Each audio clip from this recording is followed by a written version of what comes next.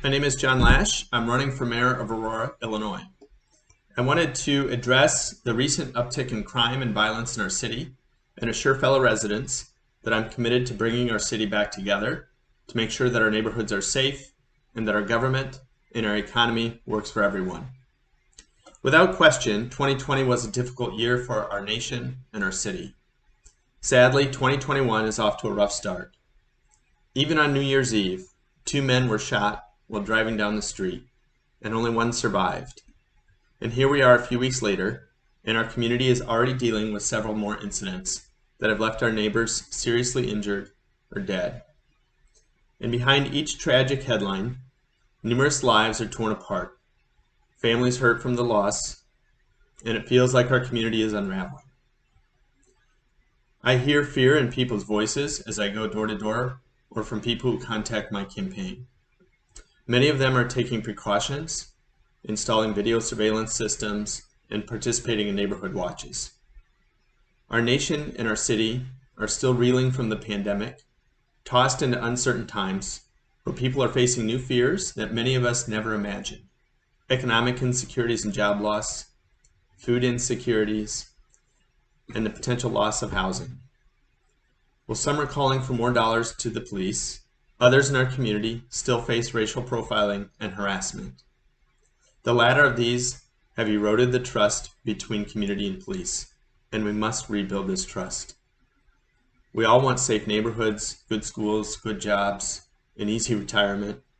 We all want and deserve to be treated equally and have equal opportunities regardless of race, creed, or sexual orientation.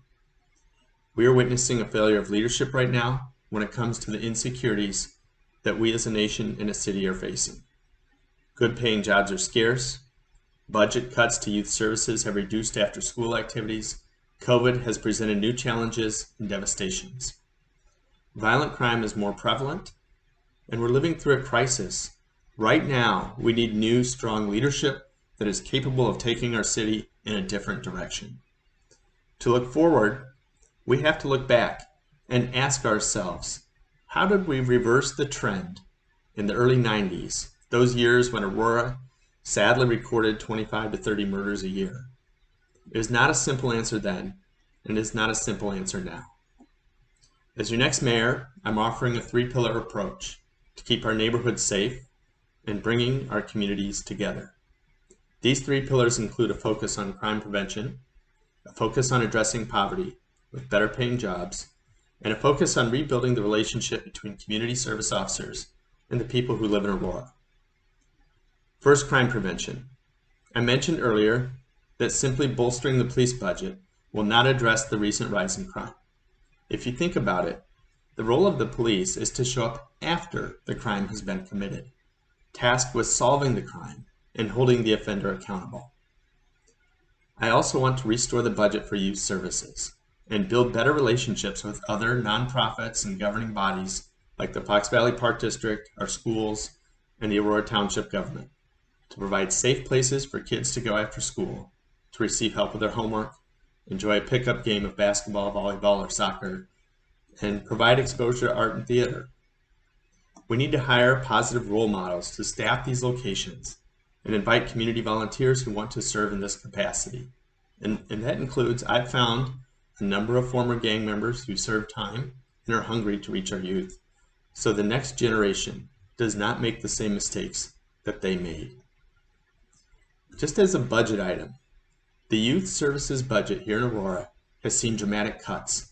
In 2007, youth services budget was $1.4 million. Today, that budget is $450,000, more than $1 million in cuts. One of the big items cut from the budget was the Fred Rogers Community Center, a place where all were welcome. If you ask me, this is defunding crime prevention initiatives, and it needs to stop. During this same period, we've seen a dramatic increase in the police budget that includes a state-of-the-art facility and more uniformed officers. And yet crime is on the rise. The current administration has given old city buildings away to developers at the whopping price of $1. Why have we not converted one of these empty buildings into a community center? Why has the mayor given his politically connected supporters 2 West Side school buildings to turn into for-profit rental properties. The best form of crime prevention is a good paying job. This brings us to Pillar 2, addressing Aurora's 12% poverty rate through living wage job creation for people who live and work in our city. There's a direct correlation between average household income and crime. Looking at Aurora and our neighbors, we have the lowest average household income. So I'm looking at Naperville, Oswego, North Aurora, Batavia, Sugar Grove. So our average household income is $91,000, and we have the highest crime rate. It shouldn't surprise you that Montgomery has $95,000 average household income and a slightly lower crime rate than Aurora, but still much higher than Naperville, Geneva, Oswego. So there's that direct correlation that we have to address. And I'm campaigning on an aggressive green building and alternative energy program that will create good paying jobs in our community. These jobs cannot be outsourced, and we will target training programs for people who live in Aurora. I will work with our education institutions to make sure that Aurora residents are first in line for green training programs and certifications. We need to target people who have slipped through the cracks in the education system and those who want to better their lives with a new career and good paying job. I will work with the Kane County Sheriff's Office to provide job training and rehabilitation to make sure that ex-offenders receive the skills they need to find good paying jobs after they have paid their debt to society, so that when they re-enter society, they don't return to a life of crime. There's a significant amount of money available from the utilities, from both state and federal entities, and if we had a Department of Sustainability that can help local businesses and residents find these incentives, will bring more money into our local economy and create better paying jobs. I will also put forward an urban farming bill to build a local food economy and grow food locally, giving our community greater food security, reducing our carbon footprint, and once again, creating more local jobs. Finally, when city assistance is in the form of TIS district or other incentives are offered to businesses who want to call Aurora home, we will require these businesses to pay a living wage. Using incentives to attract businesses that pay poverty-level wages brings nothing positive to our community. The third pillar, restoring trust between the police and community, is going to require a culture shift in the Aurora Police Department to a culture of public service and professionalism. I have said that on day one of my administration that I will take a 25% pay cut as a way of signaling that my job and all taxpayer-funded jobs in the city are here to serve the public.